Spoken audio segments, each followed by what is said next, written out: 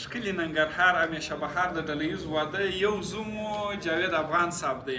هغه څوک چې بیخي ډېر د ورزش په برخه کې ډېر عجیب و غریب کارنامې کولی، ډېر عجیب غریب کارونه کولی شي. نو دی به اوس خپله درته ووایي په زور وایي.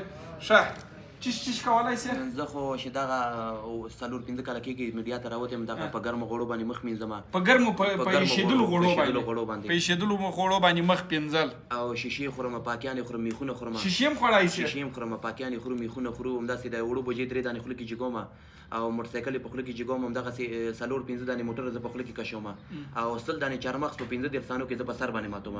په دې وړتیاو کې ما په خان بابا ته په پاکستان کې چیلنج هم ورکړی چې زه د اختر نه بعد امندګي نیسم، ټیلر هم په خوله کې کشوم، خو هغه بېرته رانه شاته شو، وایي ته غیر ناممکن کارونه کوې. نو په دې خاطر باندې اوس هم چیلنج جوړ کړی؟ د دې باوجود هم زه چیلنج ورکوم چې خان بابا ته چیلنج جوړ کړی.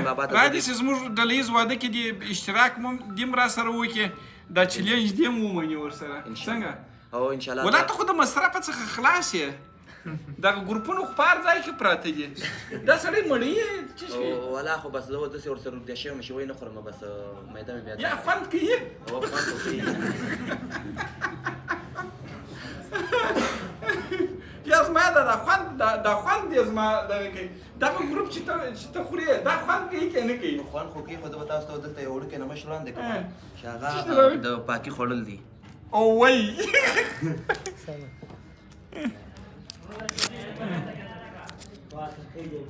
دغه پاکي د ښه تېره رویم کیسه بیا هم ماته راکړه. نوې ده نوې ده.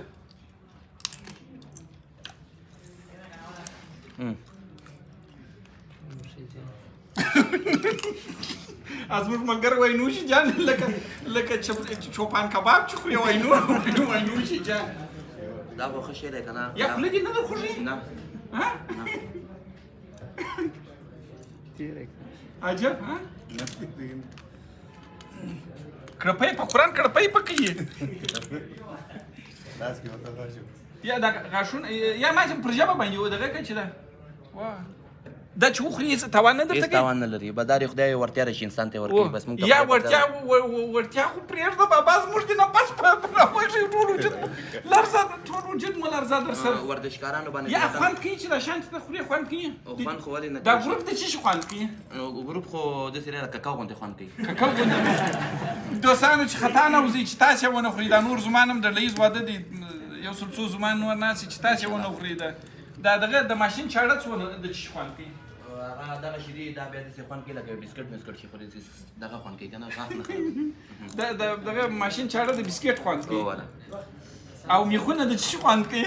میخونه خو هغه هم د کیک خوند کوي. او هغه هم دا رقم د کیک خوند کوي. هغه بل څه خوړلی شي؟ سیمخالدار په غاښونو باندې شکوم. سیمخالدار په غاښونو باندې شکوې؟ چې څومره کلک سیمخالدار دی په غاښونو باندې شکوم. دا اوس دا ستا غاښونه اوس غاښونه دي که امبر پلاس دی؟ دا خو بس د خدای ورتیا دي چې انسان ته ورکوي. نو بس زموږ هغه ټوله معیارونه دې پوره کړي دي، خدای دې نیک مبارک کړي، قدم دې بختور وي.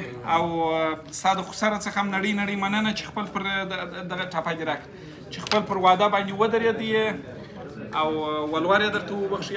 موږ خو یې یوازې نه لرو، الله سبحانه وتعالی دې تا ته یو وزونه درکړي، پر ژوند ورځ صحت او کورنۍ به خدای دې نیک مبارک پر ژوند یې برکت.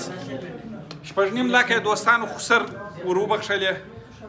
بس دوستانو مجردانو خسر دي، دغه رقم خسر دي. خدای دې قدم درپسې بختور کړي افغانستان. دا څنګه د وجود یې داسې دی لکه پولاد بیخي؟ ولا خو څوک بس زحمت هم استخباریان هم کوي. ولا داسې دی بیخي داسې دی. تر تو ګوره دوستانو دا رقم دی ماشاءالله ماشاءالله.